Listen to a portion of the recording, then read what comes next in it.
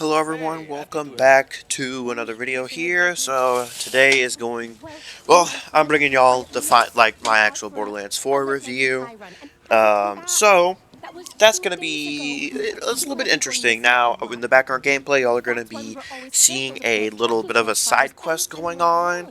And then towards the end of the video, y'all will be seeing two bosses from the campaign. Now, I have a lot of frustrations with this game, but those will be held for later. Keep in mind, I was doing this on normal mode or whatever. And have I beaten the game yet? No, but I'm pretty much 2 or 3 quests out. And I probably won't finish it, as we'll get into here in a second, unless there are some massive sweeping balance changes to normal difficulty. Now, however, let's talk about some positives here. By the way, as far as spoilers goes, I'm not going to be discussing spoiler shenanigans until I start talking about the story, which the story is a massive positive. However, I'm going to get into that a little bit later because that does involve some bosses. So I'm going to be discussing the story a little bit more in depth later, but the story, all in all, is pretty good. However, there's a particular character that I think should have been completely deleted from the story. And it kind of pissed me off a little bit. And there's another character that I'm not a huge fan of his reappearance. Now, however, story as a whole, better than Borderlands 3, worse than the rest. Except I do think it's better than Borderlands 1, but I don't know. Borderlands 1 is very forgettable. I have beaten all of them, but 2 and pre-sequel are the only 2 games that I consider to be great, and Borderlands 1, in my opinion, is just kind of alright. And then Borderlands 3 is bad.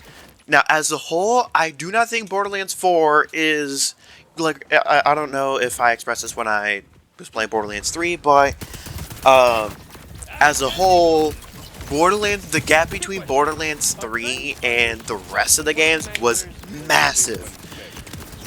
And I can report, Borderlands 4 fills that gap. It is not as good as 1, 2, or pre-sequel. It is marginally better than 3. I gotta be real. In a lot of ways, I actually like 3 a little bit more, as I'll get into this later. But, however, Borderlands 4 positives, of course, story, but also graphics. This game visually is pretty good. Honestly, looks a lot better than Borderlands 3. But yeah, I would really love to see some of the older games, especially Borderlands pre-sequel and 2. I would love to see those games brought into this engine type deal. But models look great, visuals look great. I think as a whole, I do think of course, it looks better than Borderlands 3. Borderlands 3 is older, but yeah, I think visually the game's pretty good. In terms of actual combat and gunplay, for me, it's quite mixed. The game feels like it wants to be like a Doom Eternal style thing so badly, but it completely fails to do anything that Doom does, like Doom Eternal, Doom Eternal specifically, fails to do any of that shit right. Like the dashing. The dashing, you can dash midair and whatnot, but the cooldown is extraordinarily long. Extraordinarily long, especially once you do that second one. It's GG's, you're not going to be able to fucking dash again for a very long time. In Doom Eternal, it's obviously quicker. By the way, grappling. You can grapple with the meat hook in Doom. You can do it in Doom Eternal, but specifically in Ancient Gods. So yeah, you could grapple. However, in this game, you can only grapple, grappling items to you, then throwing them does such an obscene amount of damage that it's not worth it. It's not worth it. It really is not worth it at all to grab any of the things off to the side. Really, ever. Now, something that I've also got to say here is, you know,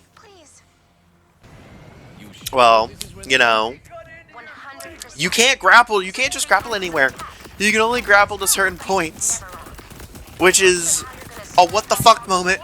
What are you doing? What the fuck is this?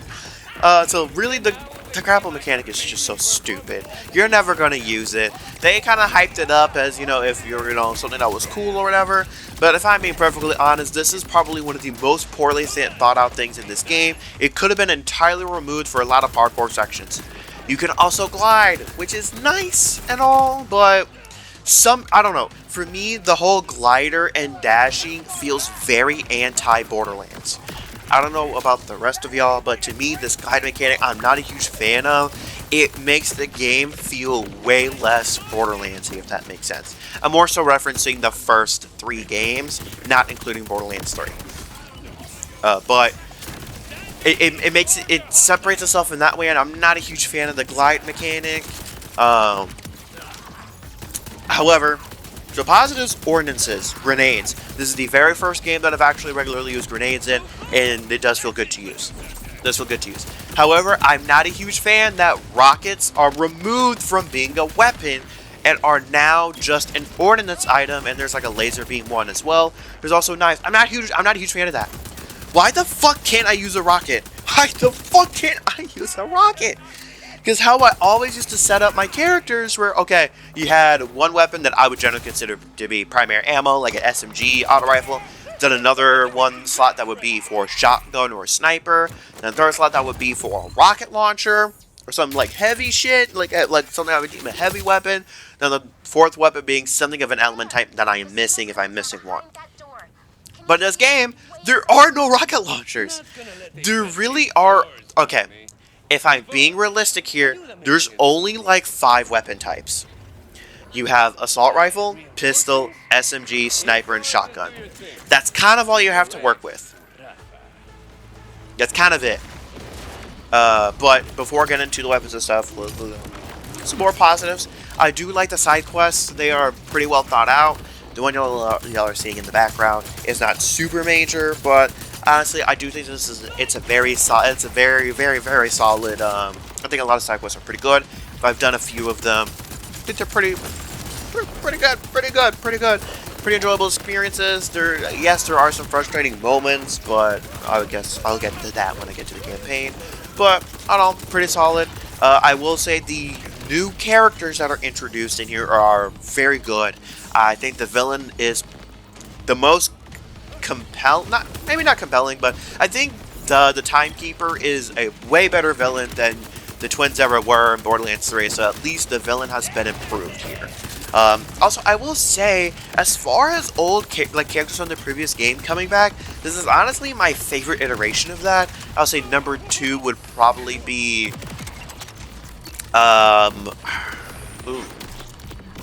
probably Borderlands 2. Probably Borderlands 2 is my second favorite, but honestly, Amara, Zane, and Rush, you know, they're them coming back in this and everything. Honestly, being so integrated into the story, I thought was pretty good. There is an aspect of that I don't like, but that involves a different character. But I think it's pretty good there. I think there is a decent chunk of variety between the 3 areas. There are 3 areas. You have a desert, a mountain, and essentially it kind of reminds me of a Fortnite map. I'm gonna be real. Kind of reminds me of a Fortnite map. Also, some of the enemy modifiers I think are pretty cool. I do like Hardy, and I find Chainmaster to be interesting. However, it is kind of confusing on what that does. I will say some of the quote-unquote enemy factions have gotten new enemies, which I do think are pretty cool.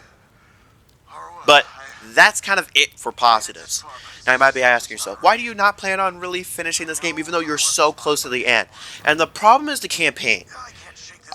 In my opinion, I do think this is the worst campaign as far as actually playing through it in the entire franchise.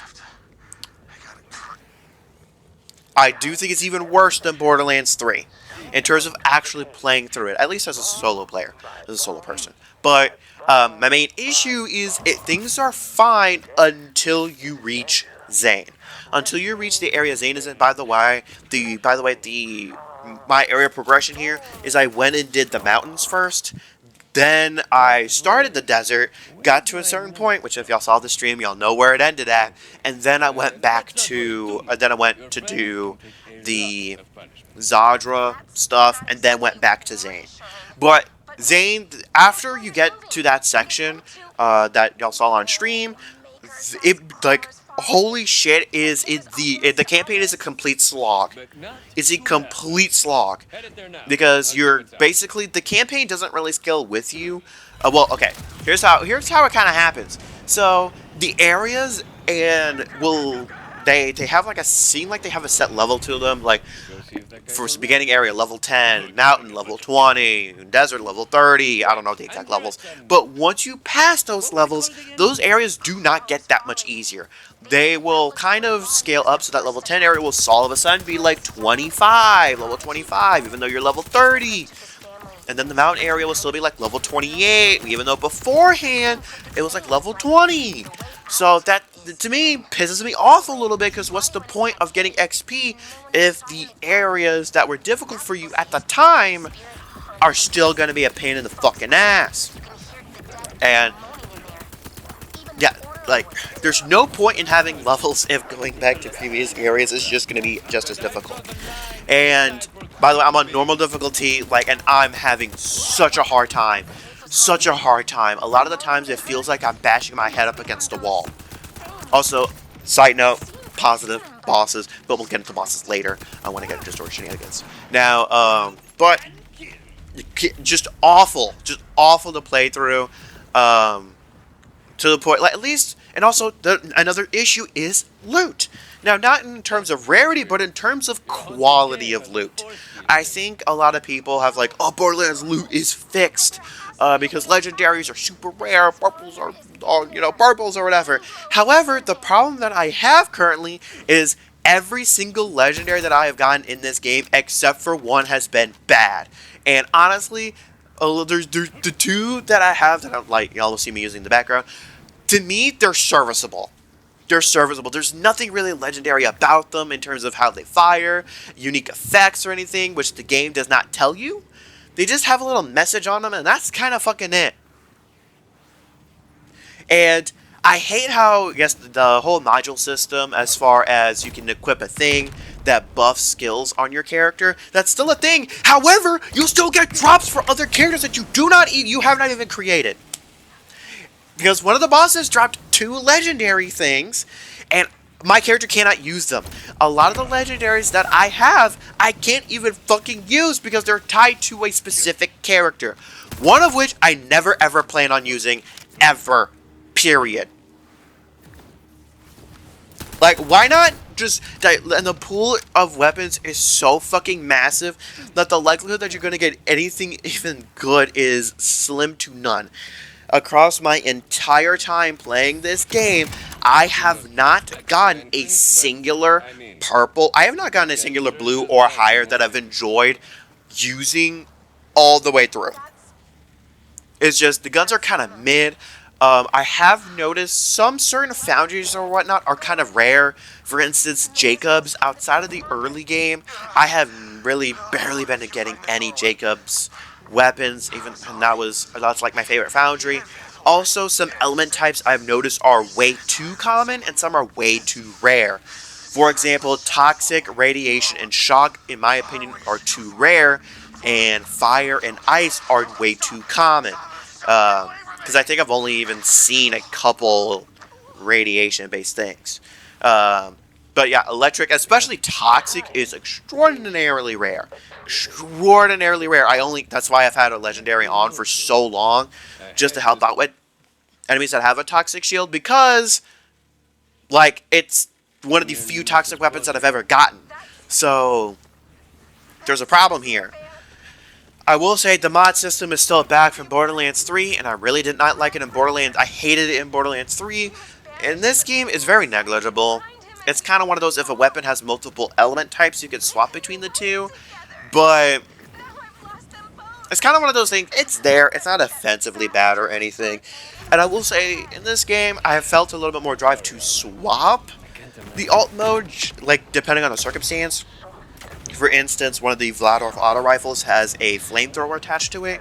So, swapping to the flamethrower, it melts. However, you have to swap it back to normal ammo mode once you run out of fuel for the flamethrower, and it'll refill after a certain point. I thought that was pretty good. But I will say, shotguns, it's not really worth to swap the element type on them. Also, Hyperion, another weapon foundry. Yes, there are some in the game, but they're extremely rare. They kind of force the Ripper Foundry down your throat and the Order, both of which I do not like. I hate using charged weapons outside of really Destiny 2. So, like, and then that's, like, y'all, I don't know if y'all know this as long as I've been on the channel.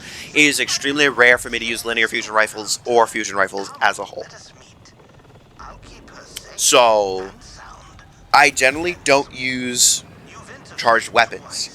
And they force this down you. And when you finally get, oh, I got a Jacob's auto rifle, oh, I got a Jacob's shotgun, oh, I got a Hyperion weapon, oh, finally. Oh, wait, what is that? Oh, wait, what is that? Oh, it has Ripper on it, which completely ruins the feel of the weapon. Completely ruins the feel. I really hate how they've carried over. The thing I really despised about Borderlands 3 was they mixed up the foundries, which I hated, and they're doing it here. Why can't foundries just have their own unique identity and just stay like that? Just stay like that. That's why, like, I will say, in terms of actually, like, defining those specific weapons foundries, in my opinion, Borderlands 2 is the best game as a whole, and I would say Borderlands 1 is great as well as far as those foundries, but Borderlands 2, in my opinion, is the best game in terms of the actual guns feels you. Once you have a foundry that you like, you're a little bit more willing to, okay, this is a purple, this is a blue, but I like this foundry way more than the purple. You know, screw the purple, I'm gonna use that blue. That's what kind of that's what also kind of helped make blues a little bit more worthwhile towards the end of the game, or towards, you know, later stages, was really good foundry, but also blues could sometimes be, like, stronger than purples. Extremely rare for that to happen, but they could be. And pre-sequel, in my opinion, has the better, like, purples. But in this game, oh my god, purples are just like what's the point of having all this loot if it's just bad? It's just fucking bad. If y'all want an equivalent here, it's kind of like in Destiny 2, how a lot of the armor now is just trash. Like, all the armor set bonuses are trash, so there's no point. Like, once you have a tier 5 armor set, that's kind of it. There's really no point in doing anything else, because it's just garbage. Or, you know, back in the olden days, where, you know, blues are worthless, purples, you know, are just there. You know, Destiny 2 has had loot problems. This game also has loot problems. Now, in terms of, now, moving away from gameplay, and that sort of stuff, I will say some of the enemy choices are interesting. The enemy choices are interesting as far as badasses got ruined. Badasses got ruined. As in pre-Borderlands 3, when a badass showed up, that meant something. That meant something, like, oh, I gotta take that down. But also, you might get a good piece of loot out of it. You might get a good piece of loot. You usually got some, because they were kind of treated as mini bosses.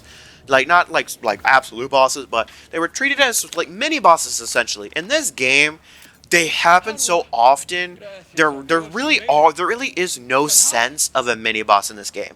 But also, the badasses don't really drop any good loot most of the time, because guess what? Most of the loot in this game is kind of trash. But badasses, in my opinion, got ruined, especially with the modifiers and whatnot, because sometimes the regular enemies can be stronger than the badass variants. And I thought the badass variants were pretty cool. So, like, baffling decision. Now, I'm not going to discuss too much on the characters and how they feel or whatever, because that's up to personal preference. I will say, as a whole, this game probably has the worst level of survivability for the difficulty. Like, normal difficulty, I found myself, especially against the Psycho faction or whatever, found myself getting one-shotted by grenades a lot. A lot. And that's because those enemies spam the fuck out of throwing grenades at you. Grenades do way too much damage to you. They're also, in my opinion, there's an extreme lack. I'm going to point this out on Rafa specifically. There's an extreme lack of survivability for them, at least with the little turret setup that I'm using. There's not really that much survivability in a lot of the trees, so you kind of have to rely on the things that upgrade other skills that you don't have in order to kind of help fill those gaps. But survivability is not really good in this game at all. Meanwhile, it felt a lot more balanced and more methodical in pre-sequel 2 and 1. Even Borderlands 3, I would say, did not really have this issue either. Like, there were rare moments where I felt like I was just getting absolutely demolished by everything, and the only way I could get through was bashing my head up against the wall. I didn't really feel that as often in pre-sequel. When I did feel that, it was because the story was so bad. Speaking of story, warning, talking about spoilers here. If y'all don't give a fuck about spoilers, proceed. If y'all don't want to see spoilers, in my opinion, do I feel like this game is an absolute waste of money? Not necessarily, but I would wait for it to go on sale. I would wait for it to go on sale, in my opinion. Just wait for it to go on sale. Now, as far as the story, Lilith should have been completely removed from the game. Lilith should have been completely removed from the game. I'm sorry, but, like, in my opinion, she drags the story down single-handedly. And drags it down quite substantially. I kind of have an issue with that. I really don't see the point of her being involved. Also, there's a character, I forget what his name is, that dies at the beginning, but then he comes back, that he's trying to kill Lilith or whatever. Why? He should have just stayed dead. There's no point in bringing him back. Pretty much anything dealing with this phase realm is pretty bad. And it felt like it all could have been removed from the story. And the story would have been better for it. However, a lot of the new characters I called are absolutely fantastic. You know, I will say the unfortunate part is that what kind of lessened Amara's role in things. However, change the case. Like, let it not be fucking Lilith. I'm so sick of seeing fucking Lilith. At this point, it feels like Lilith is being shoved down our throats. No diddy. Like, holy shit, they're pushing Lilith to be just, like, oh my god. They're pushing her to basically be Rohan, but they don't realize what made fucking Rohan work. What made Rohan fucking work. Or what made Jack work in Borderlands 3 sequel. Like, fuck, Lilith became a main character in fucking Borderlands 3. I didn't really care for Lilith necessarily there either. I don't find her to be a compelling character. And no, I don't give a fuck that she's a woman or not. Even if it was a fucking dude in her spot, I would have still been fucking pissed. It's just like, holy shit! Stop it with Lilith! Stop it with Lilith! Kill off Lilith in this game! Just do, like, make her go fuck off into the sunset. I don't give a fuck. Just stop it with the Lilith. Stop it with the Lilith. Like, fuck. Are there no other characters that exist, like previous Valhalla, that you could have used instead of fucking, like, oh my god, but I digress. Lilith single-handedly drags the story down, and in my opinion, Lilith is probably put in there to extend the length of the campaign, because it definitely feels like a decent chunk of the campaign is just side quests. Oh, let's look for Lilith. She's our savior. She's our savior. Lilith, our savior.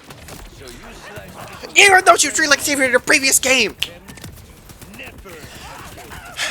I miss Rohan. I miss handsome Jack.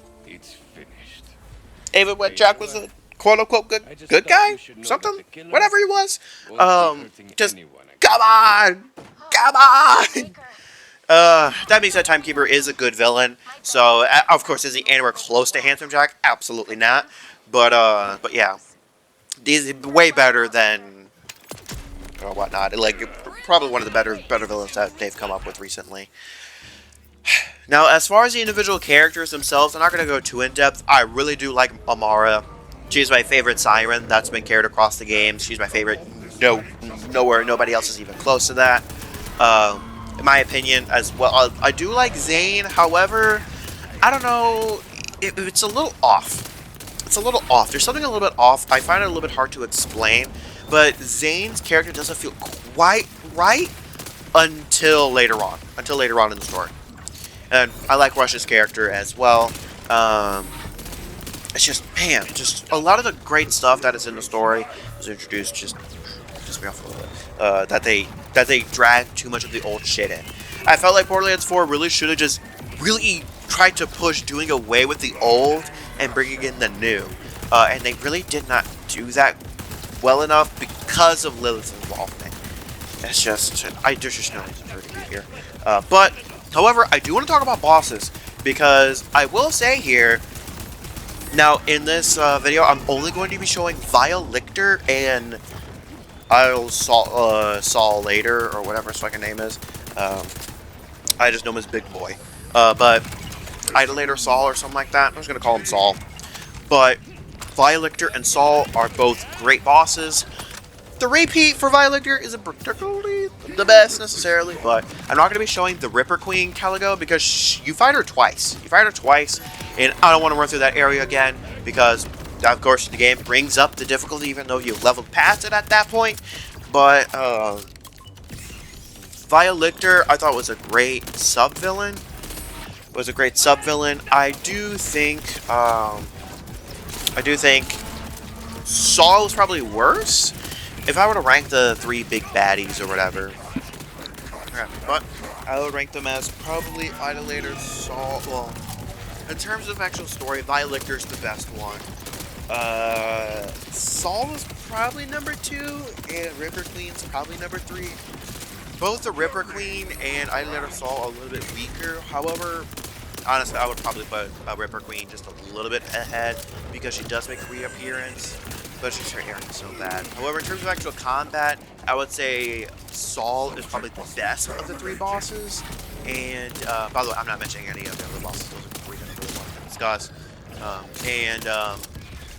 Idolator Saul is probably my favorite out of them. He feels like a Doom boss. However, like, again, the movement doesn't lend itself to it, but I really do like, however, the graphic on him as far as his armor disappears when you throw the bomb on him. My only issue with that fight is there should be stronger tracking on the bomb, because for one, sometimes it's hard to tell if it hits him or not, but also, I have noticed where sometimes you'll move just a little bit out of the way to where it can completely whiff. And I feel like if you whiff, it should spawn another one pretty quickly so that you don't have to wait an extreme amount of time just to make him vulnerable. You can't damage him outside of that, which just makes sense. But some little tweaks that I would apply to the boss himself. Now, as far as Vile Lictor, really enjoy the boss's design and whatnot. I wish you would have seen his little human form a little bit more on repeat playthroughs, because you don't on repeat playthroughs. And also, his weakness changes. Like, his repeat boss version is almost entirely different than his story boss version. Meanwhile, Saul's is pretty much the exact same, and I don't know why that's the case. I'm not a huge fan of the changes that they made, but one of those situations. And the Ripper Queen, I thought was an alright boss. But yeah, I think the game has pretty solid bosses. Now, all in all, as a whole, this game is not as good as 2 or 3. It is better than 3. The question is it better or worse than 1? Now here's the thing. With Borderlands 1, I did beat it. However, Borderlands 1 is so hard to get through. I would say about the 1/3 of the way mark because of how boring it is. Now, no, that's a hot take. I know that's an extreme hot take. A lot of people love the game. But in my opinion, from my standpoint, but this is also partially due to how old the game is as well. But for me personally, it is an extremely hard game to get through with how dull everything is. And I would not go. I would not. That's one of the games that even if it got a remake or a remaster, I probably wouldn't go back and play it. If I did, it would have to be with someone else. Like, I actually objectively would not be able to get through it. But in my opinion here, it's just rough to try to get through that campaign with how boring it is. However, with Borderlands 4, I also would not really want to replay this game and try to beat it, but for an entirely different reason, due to difficulty. I am interested in the story. However, like, it feels rough to try to get through the campaign. You all of a sudden reach a stopping point and you have to go do a bunch of side shit expecting to level up. However, when you level up past a certain point, bada bing, bada boom, all of a sudden, the game, like the areas you were just at, just got harder all of a sudden. And it's not like Remnant 2 or Diablo 3, where, you know, the areas get harder as you get better. The thing with those is your loot had such an impact on your character that it made the areas easier inherently. But of course you didn't get those pieces of loot until later. Meanwhile with Borderlands 4, you don't get pieces of loot that are strong enough to really outpace the rate at which enemies level up with you. If that makes sense. It's kind of like if Remnant 2, Diablo 3, or Diablo 4, like they just gave you kind of mid-loot the entire time, but still upscaled the enemies to meet with you. And it doesn't feel good, because it feels like the enemies get stronger way faster than you do. Now, as far as, you know, as far as combat goes, as far as the gunplay, the loot, including the loot as well, in my opinion, I do think this is the worst Borderlands game. I think this is the worst of the three. I know this is a hot take. A lot of people like, you know, Borderlands 4 because, you know, there's rare or whatever, but it doesn't matter if loot is rare or whatever, but the rest of the loot is just flat out bad. And that's not something that I encountered as often in Borderlands 3. Especially with, as I said before, it's the worst game in terms of loot. In terms of actual Vault Hunter, keep in mind, I only play one Vault Hunter for each game. Now, for Borderlands 1, I believe I did Rohan. Borderlands pre-sequel, I went with Wilhelm. 2, I think I went with Zero. Borderlands 3, Zane, really fun. And obviously Borderlands 4, of course I went with Rafa. I don't think this is the worst, but it doesn't exactly feel great to play as Rafa necessarily, because of the extreme lack of heat, or any sort of really defensive measures outside of shield. But shit. But anyways, all in all, game's not as good. Borderlands is not back. Borderlands will probably never be back. Not as good as 1, pre-sequel, or 2. I do think this game is slightly below 1 for me personally. Of course, pre-sequel is my favorite, then Borderlands 2 is my second favorite. I do think there is still a decent gap between 2 and 1. I think there's a small gap between Borderlands 1 and 4. And Borderlands 3, I do still believe, is the worst one. Because the story is so bad in that game. Also, something I will say, Borderlands 4 is not really an open world game. Because a lot of the times, there is really only one way to get to certain areas. Despite the map shown as open, and, you know, the game makes you want to think, oh, you can go anywhere. The reality is, for a lot of the places in this game, there is only one way to there, and one way out. That is why, especially for some of the earlier sections, you got to see me look at my map so often, because there's really only one way to different areas. There's only one way. So, like, but anyways, that's it for Borderlands 4, my Borderlands 4 review. Is it the worst game that I played this year? No, because there was a fighting game that came out earlier this year that is not Sparking Zero. Not Sparking Zero, but it was a different anime fighting game that came out this year that I think is far and away worse. Graphically, at least in the PS5, it looks like shit. Not a huge fan of any of the gameplay systems, but... Anyways, though, let me know what you think in the comments below. The next video will be my personal game of the year. A game that I do think is game of the year. Game that I've never put on the channel. I don't think it's like a one-off, but its sequel came out, and the sequel fucking slaps. But, anyways, let me know what y'all think in the comments below. Liza P will be starting later on this month. At least Liza P Overture. That's not that though. Thanks for tuning in. Let me know what you think in the comments below, and I will catch y'all on the flip side.